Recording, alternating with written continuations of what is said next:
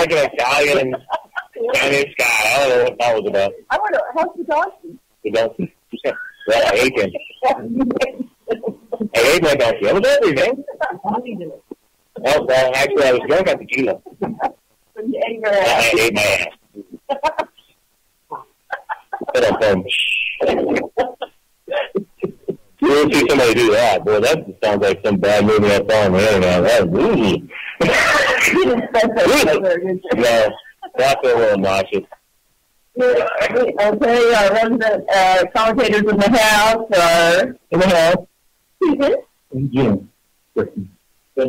Oh, Benson said a word. Hey, you down here drinking some funky-ass Coca-Cola. It's got a green label on it. It says Coca-Cola Life. I'm sorry, I don't care what soda you're drinking. There's no life on it. I'm not dogging you, because I got my big-ass Mountain Dew right here, so... So I could get through the show. Yeah. Really? I'm tired. Long week?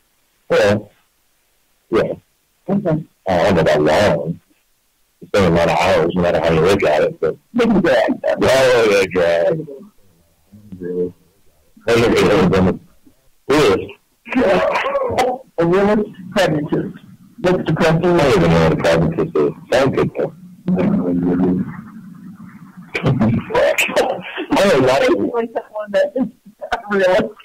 I'm not a learned man.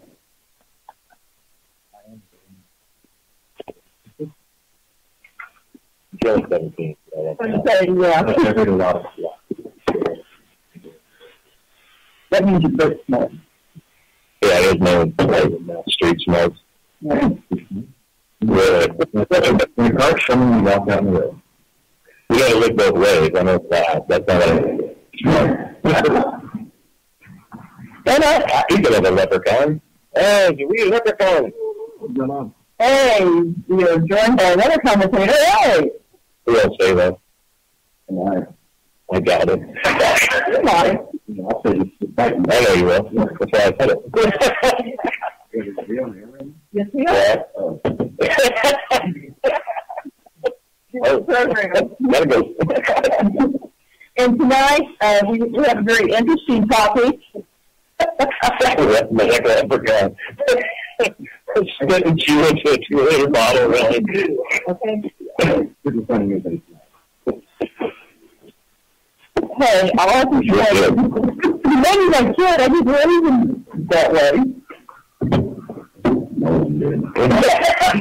He's honest. Okay, back on task here.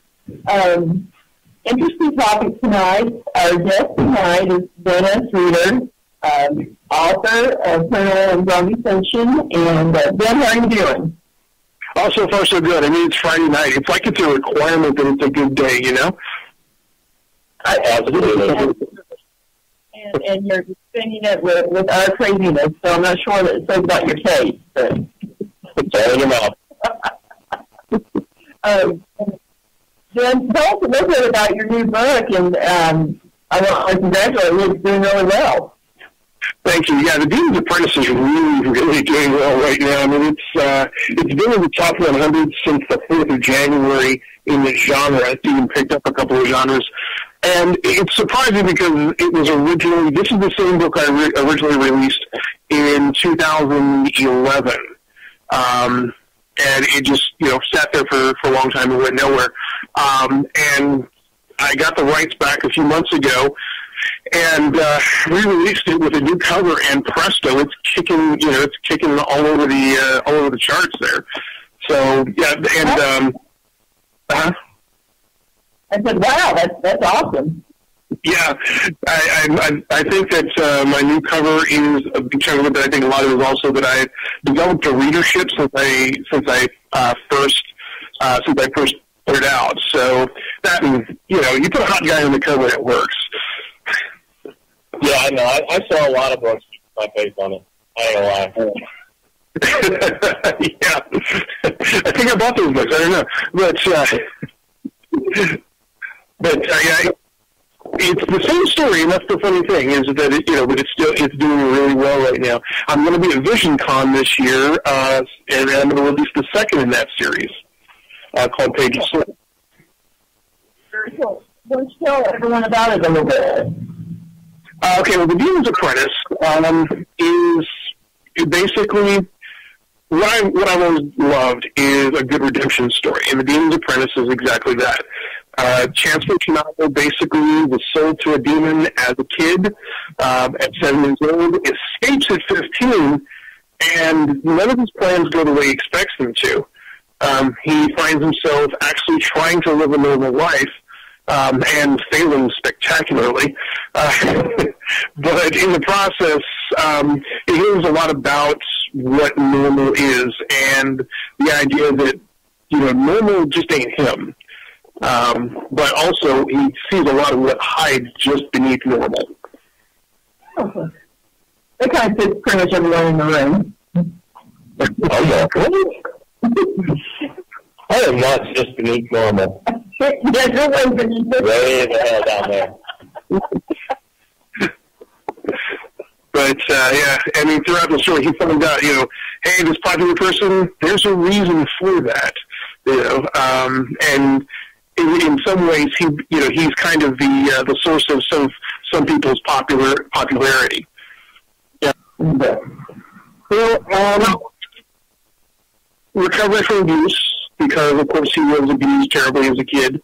Also, what it means to be a good person, because he has all the tools to be a really bad person, but none of the tools to be a good guy, but he tries to be a good guy. So, it's kind of the idea of good versus bad, etc. And also, innocence, because for all of that, he still does, there's still a lot of things he doesn't know about the world. He still has to learn. Yeah, I got one of those. It sounds like a lot of people's story, especially in the spiritual realm. Is any of this based on truth or your own experience? Well, I wasn't sold as a demon, sold as a child to a demon, no. But no, I mean, I actually had a fairly decent childhood, but I've known a lot of people, a lot of kids who've just been through hell, and and seeing the way people try to recover, it really, really does put you in a place of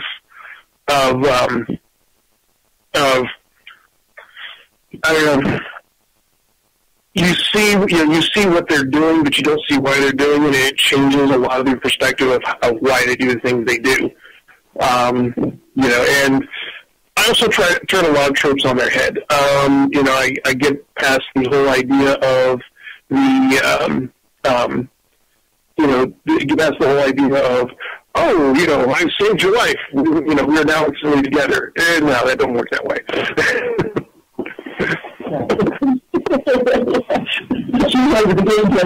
Yeah, it usually goes the wrong way quickly. Yeah, exactly. How would you relate the story to, I mean, there seems to be a lot of stories out there in the last year or two of supposed demon possession, demon fighting, that kind of thing. How would you relate what you explore in the book to what people are thinking that they're dealing with in real life? Well, that's kind of an interesting point, because there are situations where you may be dealing with actual possession, and there are situations where you just may be dealing with mental illness.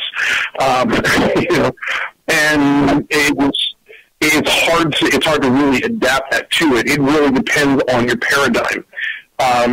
Because while on the one hand, people here may think they're being possessed, or may interpret their experience as being possessed by demons as described in the Bible, where if the same person were in India or something like that, they would be attributing their experience to the Asura, a demonic entity there. Over there. So really, a lot of things that we encounter, we are interpreting through the lens of our own culture, our own experience, and our own past.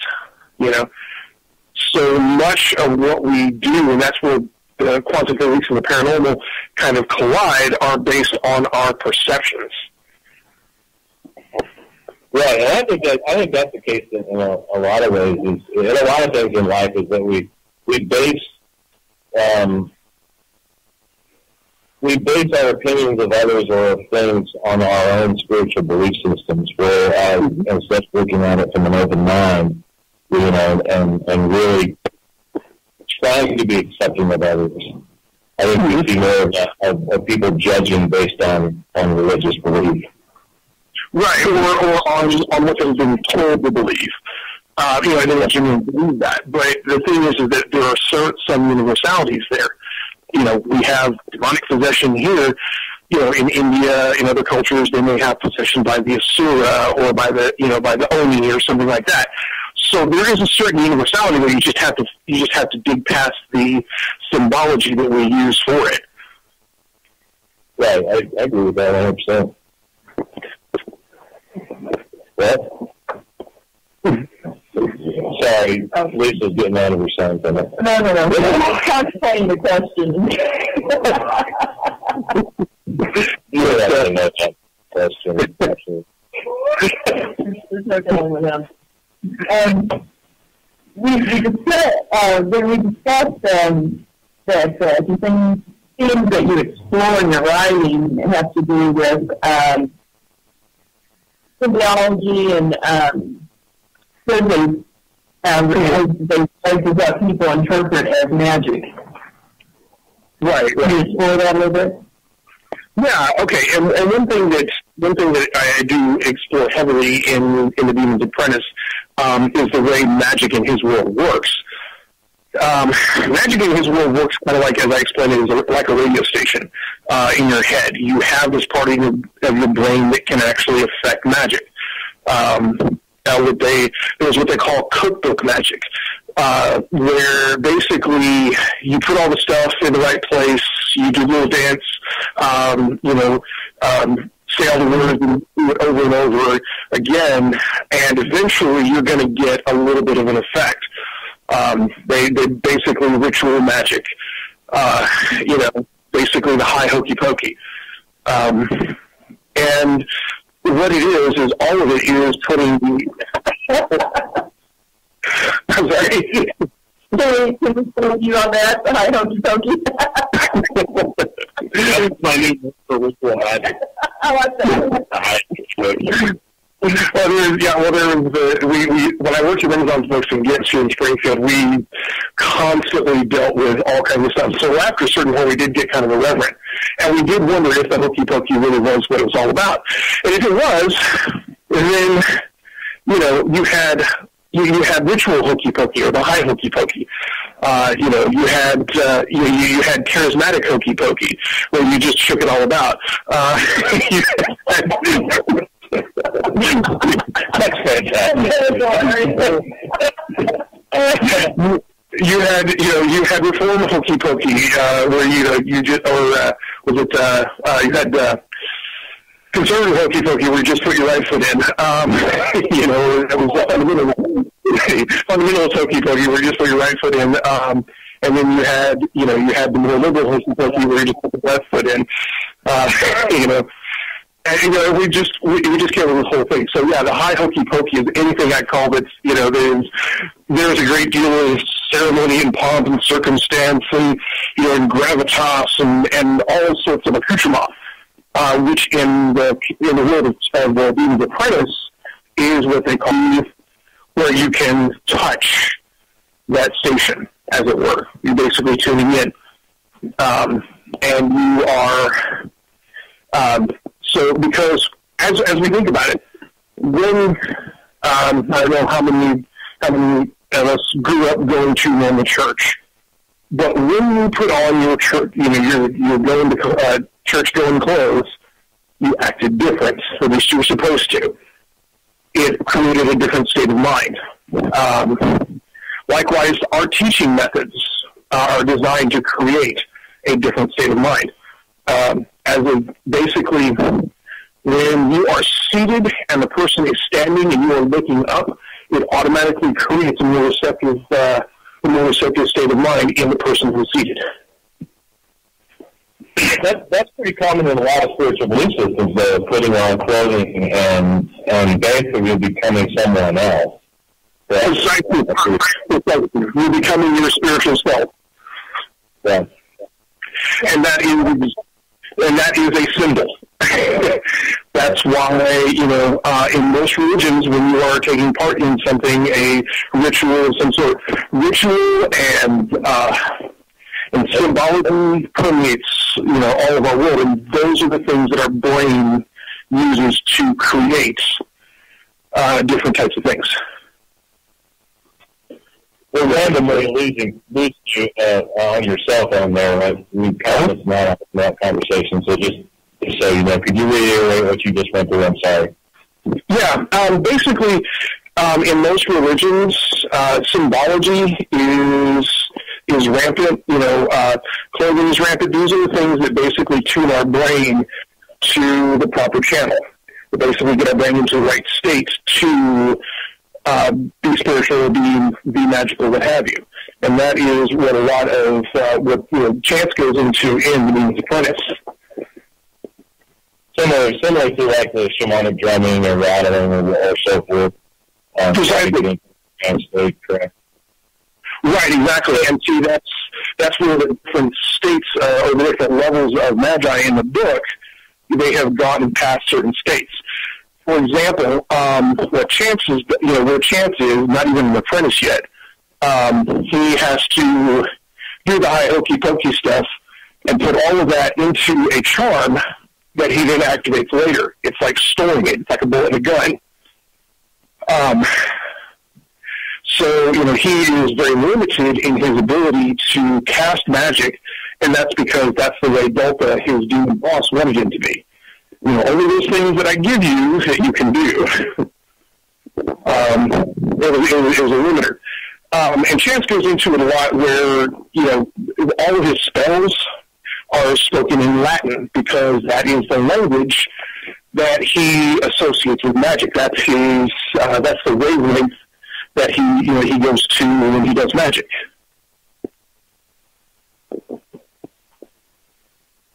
Because that's why I can. I'm sorry. What losing you, Ben? I'm very excited. I need you to hold your arm up and do the hokey pokey. You know it all about. The hokey pokey, right? Yeah. Familiar then. I didn't realize you worked at Renaissance Bookstore. I've been going there since I was just a puppy. So yeah, I worked there 10 years ago. Yeah, so I would have seen you there, I'm sure, at some point, because I'm in there probably at least 3 or 4 times a year. I try not to go too often because I have a tendency to spend entirely too much money when I step in the door. So try roofing. You should just let me trade. Yeah.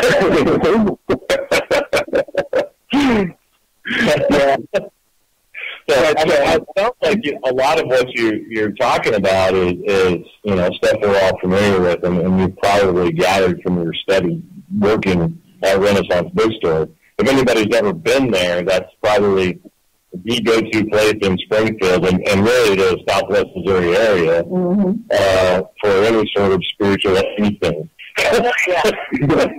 It pretty much. It's probably the coolest place. The only place I know is you can go look at tarot decks before you buy them.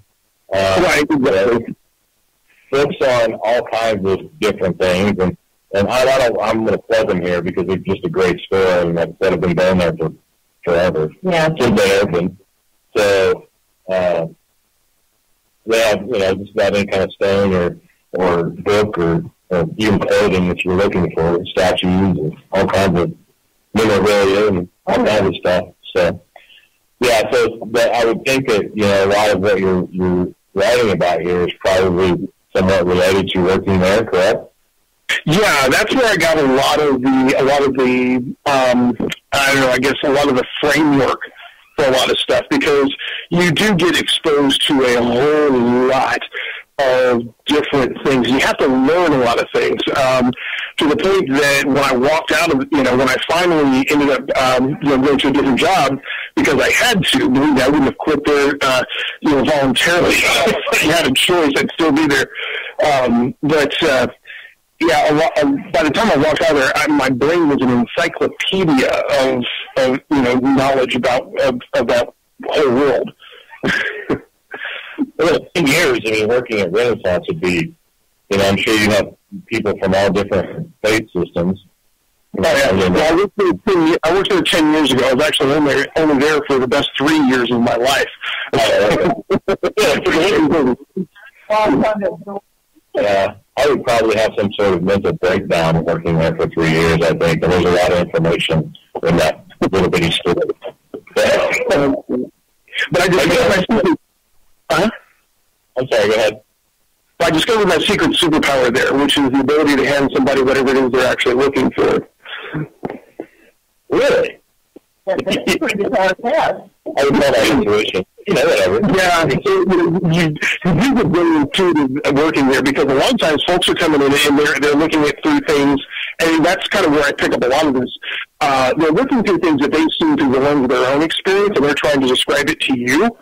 And so I have to translate Bob into Ben. So I have to, go, okay, well, what is it you're actually looking for? And I can't tell you how many times, I pulled out a bucket of stones and I go,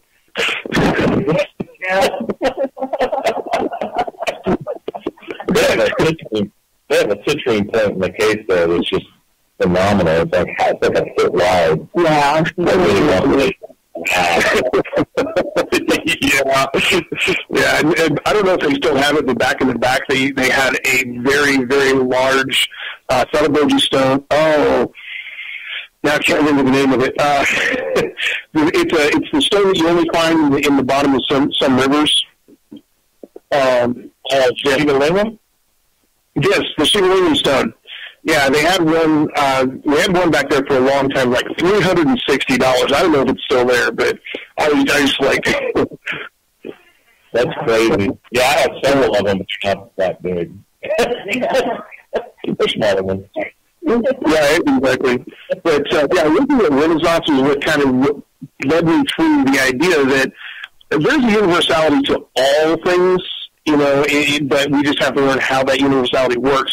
So because in all of the traditions that we found, there was one thing. There was always symbolism and ritual, things that were designed to get the brain into a different gear.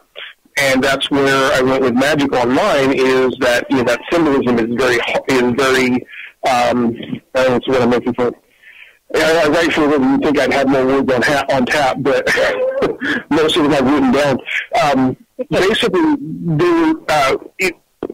there was universality there to things that would make your brain get to a different place where you could do what you wanted. For instance, when you were doing divination, just sitting down and doing divination didn't always work well because you're just kind of looking at symbols. You had to get your brain into a receptive place where you could see which symbols were supposed to be making sense to you. I see that. Yeah, that makes sense. Kind of go across that. One of my favorite authors says it. My shamanic author says it. It's kind of like when you're staring at your finger and you're trying to focus on it, and everything else blurs. And that's the place where people that do divination, at least for me, that's where I do my best work. Is in that blurry, funky world. But, yeah, it's a wavelength or frequency or whatever. Mm-hmm. Well, and the intuitive part of us, the real difficult part is that the intuitive part of us does not work well in words.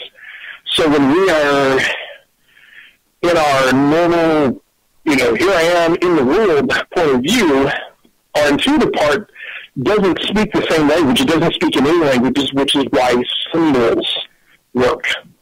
Because symbols are the way the intuitive part says, look, this right here, that, look, yes, that. Because the intuitive part's like a 2-year-old. It just knows what's what, and it doesn't have language skills. I call that the personal alphabet. Mm-hmm. And I tell people that's what, people that are wanting to do, like tarot reading and stuff like that, you have to learn the personal alphabet first. Right. You can really do tarot card.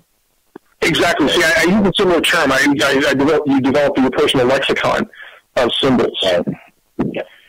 I just don't have those fancy words like you writers do, I guess.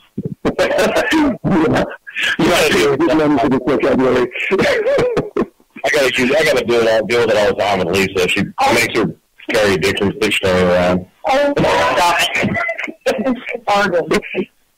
Well, since you're going down that way, we'll flip it to the other side, and then how does physics fit into this? Excellent question. Glad you asked. Okay, so actually, not so much physics as quantum physics, because even Einstein had a problem with quantum physics.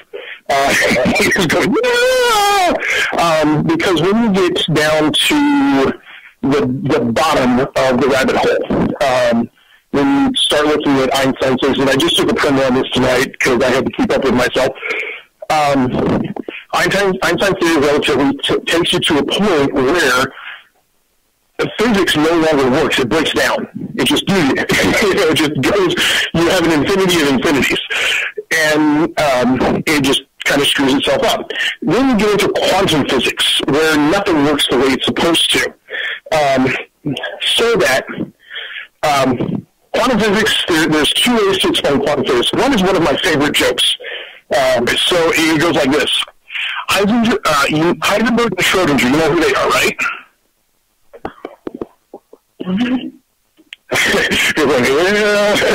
Heisenberg is famous for his uncertainty theory, and Schrodinger is Schrodinger's cat, the parody of the whole idea of the observer effect. So Heisenberg and Schrodinger get pulled over for speeding. Cop walks up and asks Heisenberg, do you know how fast you're going? And Heisenberg says, no, we know exactly where we are. Officer looks and says, all right, wise guy, you were going 108 miles an hour. Heisenberg throws his hands up, great, now we're lost. And the cop says, all right, you, Schrodinger, do you have anything in the trunk? He says, yeah, I've got a cat. Mind if I take a look? So Schrodinger pops the trunk. The cop looks in the trunk and says, this cat's dead. And Schrodinger says, well, it is now. Those are two things that are, Heisenberg's uncertainty theory says that you can either know where something is or how fast it's going in particle physics, but not both at the same time. And Schrodinger's cat deals with the observer effect. You can actually change the actions of a particle physics of a particle by observing them. So would that be magic then? It is, in its fashion, it is magic, because there are other things you can do in quantum physics. For instance, you can change the direction of a particle by changing the direction of another particle. There's a theory in quantum physics called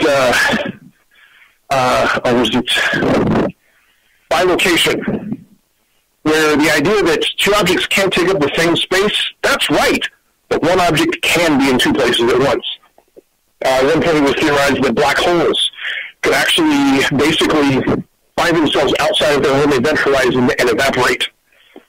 And these are things that, when you look at them on the face of them, I can make that thing over there change. That's sympathetic magic right there. That's thaumaturgy right there. Where I can change the action of this particle and that particle over there does the exact same thing. That's sympathetic magic. Being in two places at once. So that's just plain magic. And I'm sorry? Or a doppelganger. Exactly. See, two places at the same time, doppelganger. And what if that is the doppelganger effect? What if the doppelganger effect is one person being in two places at once and just not realizing? That's actually one of my theories, yeah. What does that say? It goes back to the studies on quantum physics is that there are other parallel universes, or what if they're saying they're colliding at that point? Exactly. Yeah, and now you've gone into all of Marvel Comics ever. Right. I think so, yeah. Yeah, Marvel Times novel, alternate worlds. I mean,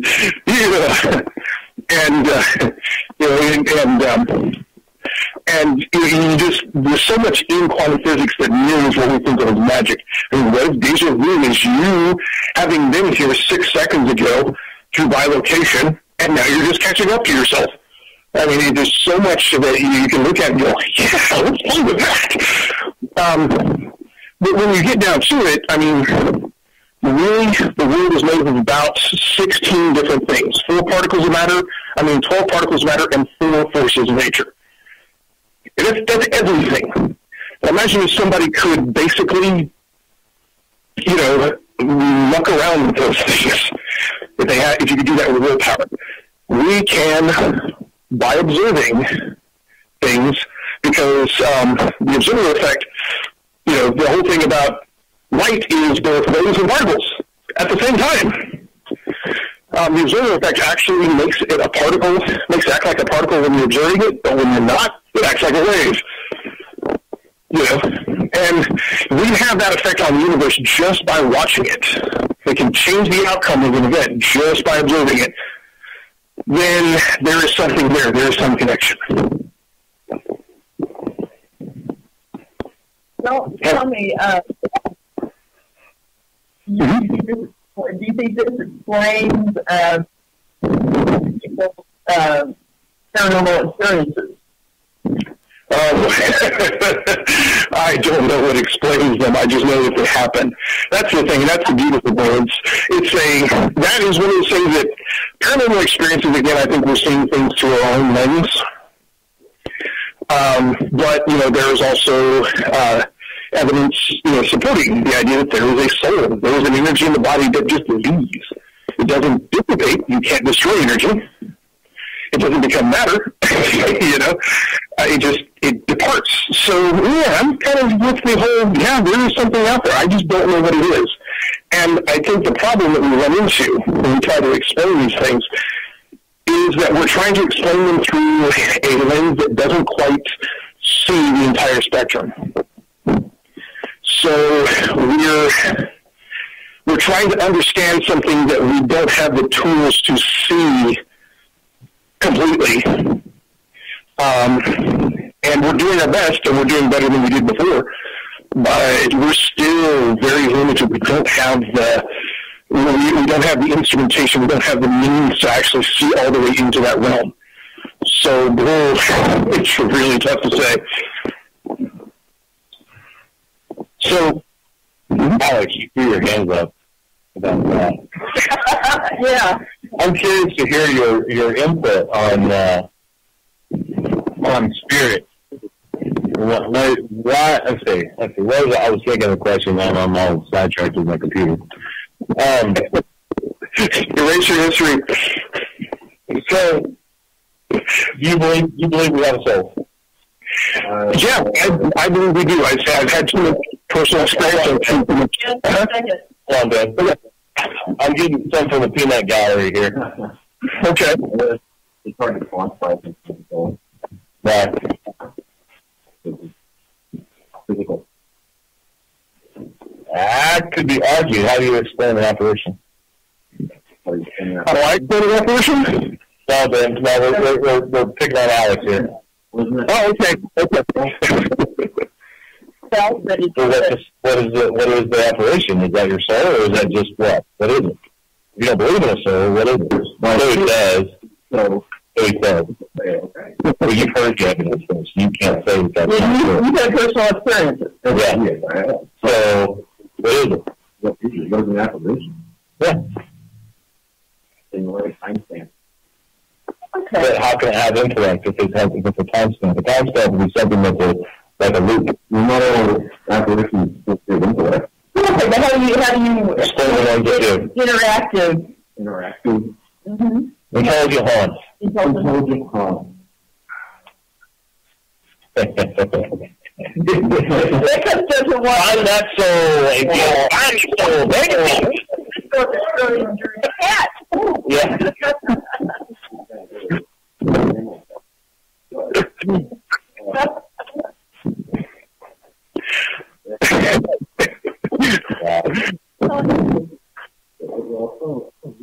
Okay, can we get back to you're trying to get off the subject here? Oh, no, it's really, I've inviting my son.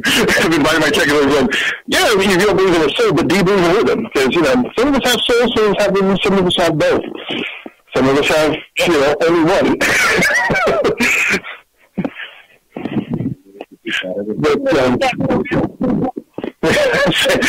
But, well, you don't have to believe in a soul, but do you have rhythm? Yeah, rhythm. I'm black, I don't have rhythm. Yeah, no, I don't. Dude, you're doing...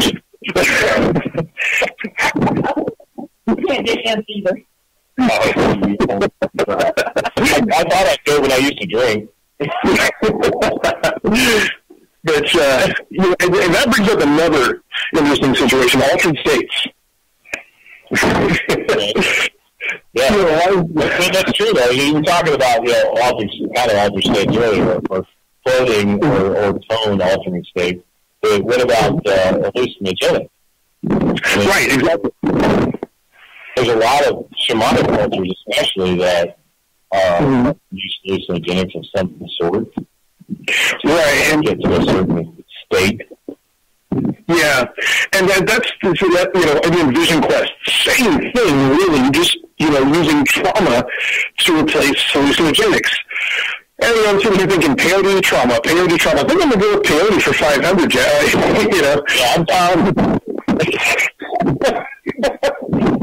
Okay, with peyote, I mean, it's natural, whatever. But then again, when you think about how peyote and mushrooms work with the poison, basically, putting your body through trauma. But, and altered states really others are, if you look at the way, because being raised in the family I did, I learned a lot about how certain substances affect the brain. Most of them work the same way as anesthetics. When that eventually, the first thing that goes is your inhibitions. And I think that is the part that makes the biggest difference. When we're looking at a spiritual situation and things like that, we have this analytical, pattern-seeking part of our brain. And it wants patterns, it wants order, it wants everything to make sense. It wants to be able to predict. I mean, it's our fascination with divination. But the part that can do that can see patterns in chaos, don't speak the same language as that part. So what we have to do is get that part to shut up. And it's a trance state, which are actually an altered state that we create ourselves. Hence, hallucinogenics, which is an altered state with a little help from our friends. Vision quests, altered states that we do to ourselves and wonder why. It's the whole hangover without the drunk the night before. So we are all constantly trying to shut that part of the brain up that deals with straight lines and languages. Yeah. Yeah, I can see where you're going with that. And you're right. It's very hard to do any sort of divination in a logical mind, so to speak. Yeah. I think. Oh yeah, it's really difficult to do with a logical mind because you're looking for words and numbers and things we can make sense of. And you get a random image of something and it doesn't make logical sense. A lot of times the brain will try to get rid of it. When actually that's your soul or spirit trying to give you some information. Okay? Exactly. You're trying to make sense of the nonsensical. That things that don't fit exactly in the physical world.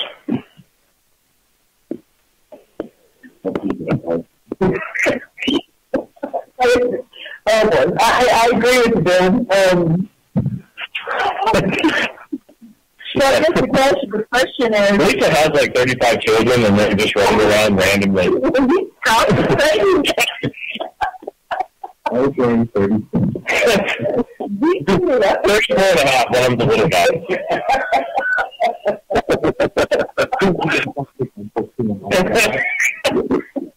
that someday. I'm not sure what you're trying to make me sound like when you do that. Yeah, that's like the third time you use that line, man. Yeah. Is she take that to me? Yeah. She does. You been there for that? Well, you live there. Not quite 35.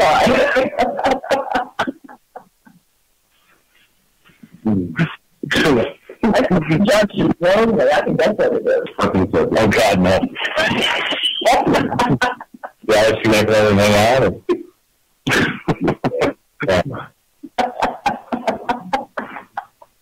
What are you talking about? Tell me about your book. Right in alternate states. I think we kind of had an altered state moment. You guys an altered state, I'll tell you that. Okay. I miss you. No. So, I think as far as are we successful in actually reaching knowledge or enlightenment through the altered state, or are we fooling ourselves? No, I think we are. I think really the truth is that we're not so much reaching an altered state, just realizing it. I mean, it's like it's like Tommy Lee Jones says in Men in Black. You know, today, you know, this morning you knew you were alone in the universe. Imagine what you'll know by this time tomorrow. It's one of those things of it's stuff that we have access to, we can get to. You know, it just is something that it's like realizing, oh, hey, you know what? You know, I'm left-handed. It's something that's inherently there. It's just changing our perspective.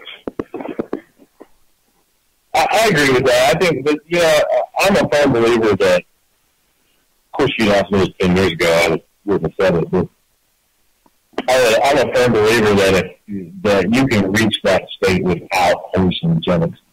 I think that, you know, the chanting or the rattles and stuff like that, a consistent beat will get you to the same place, and I think in a more safer way. I think. Mm-hmm. I think if you're doing hallucinogenics, you have to be prepared for it. For one, both on a spiritual level and on a physical level, and because really, what those hallucinogenics do is they open you up to a non-controlled state. Mm-hmm. I mean, and I've heard stories. I know people have done ayahuasca. You know, I don't know that I've thought about it, but I don't know that I'd ever want to do it. I mean, there's, you know, just the crapping on myself and puking on myself part just doesn't seem appealing to me. Yeah, I mean, you know, an 8-hour trip. Wow. Yeah, and you know, having done each of those exactly one time, you know, way back in the day, you know, I tried acid. Not so big a trip, you know. I'm going, okay, this is a letdown.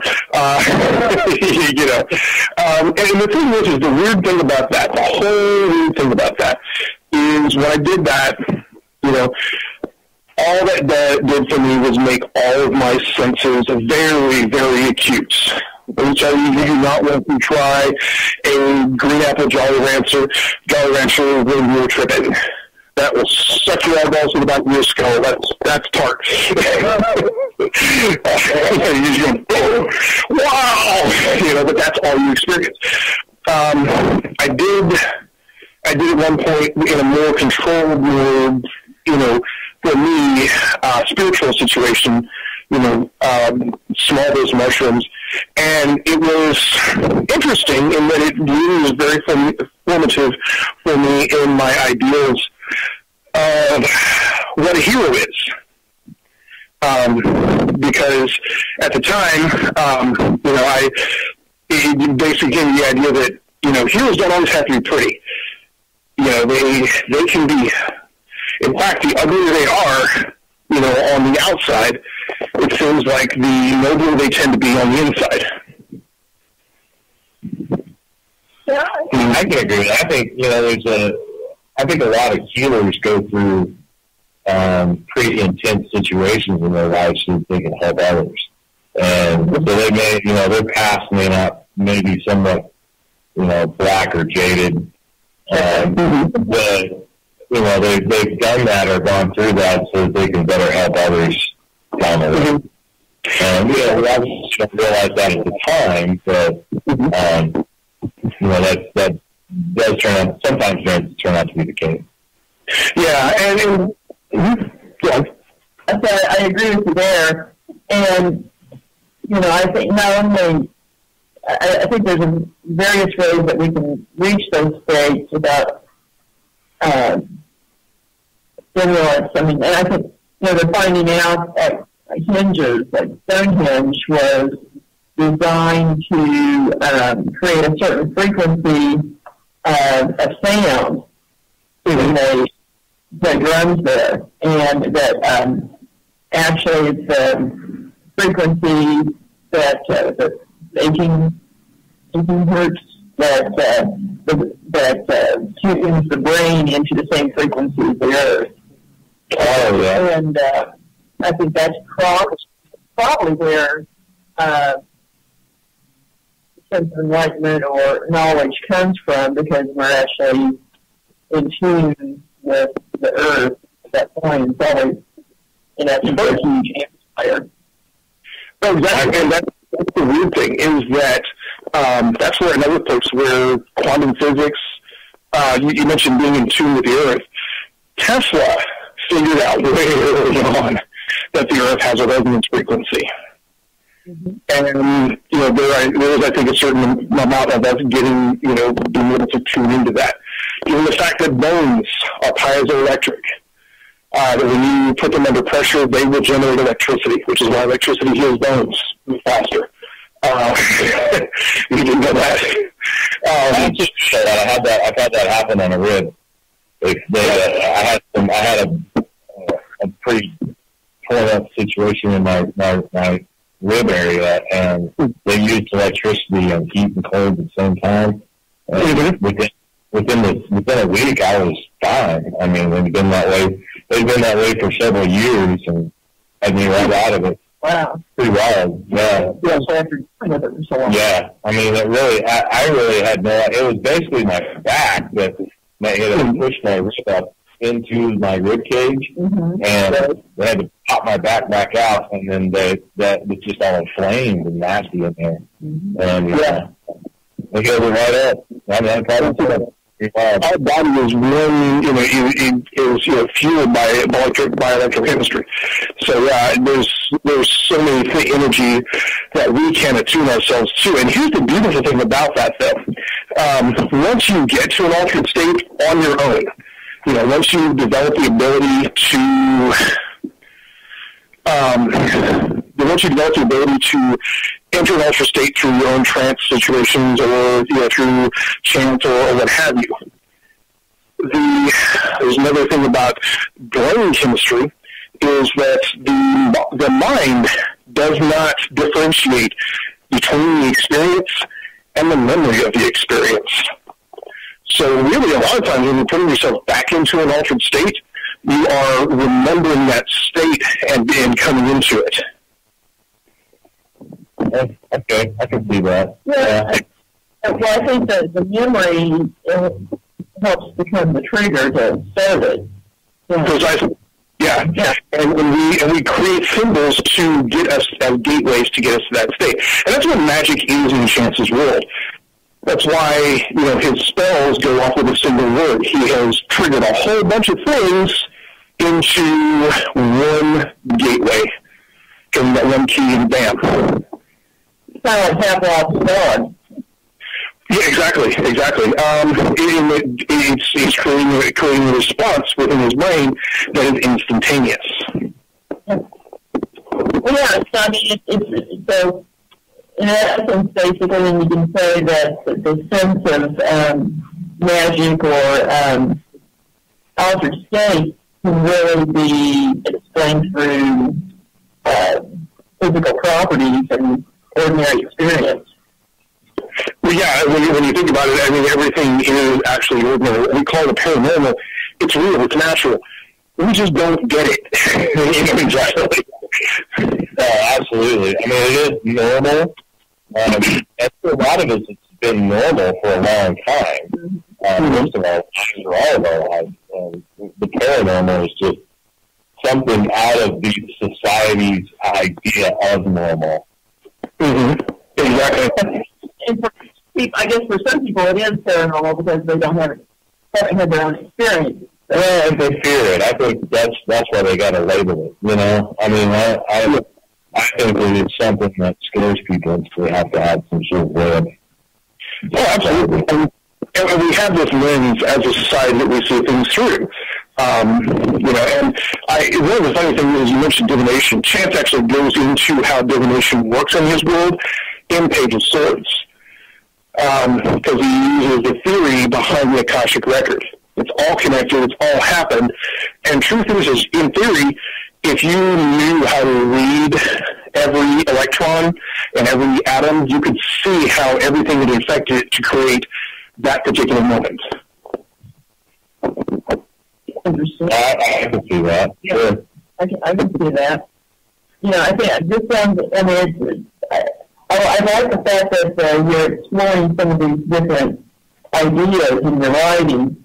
Yeah, I'm not a big. I don't read a lot of fiction, but I think I want to read this book just because there is some reality to it.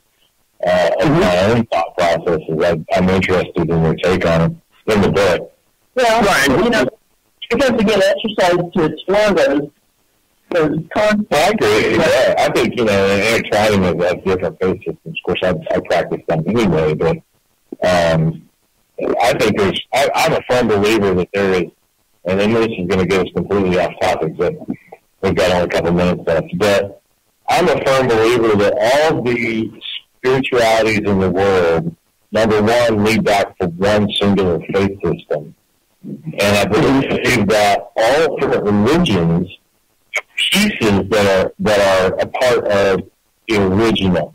And the reason that they only have the pieces is that not one of them has control over any other, or has the other control. And I think if people look back at the basis of all faith systems is exactly the same, and we pulled out and all these little pieces, and we put them all back, the good parts of all those back together, they form what some of us are coming to believe now. So I think there's a huge change and myth that's going to go on in the world, and I see it in people around me. We're all going to go back to the old. I mean, truthfully. Yeah, I think so. I mean, it'll take time and everything, but I think it will. Then, before we have to sign off, please tell everyone how they can, find you on the internet, find your books, etc. Okay. Well, The Demon's Apprentice is on Amazon.com and only on Amazon.com. If you are a member of Kindle Unlimited, you can buy it for free, and I appreciate that too. If you want to buy it afterwards, that's even cooler.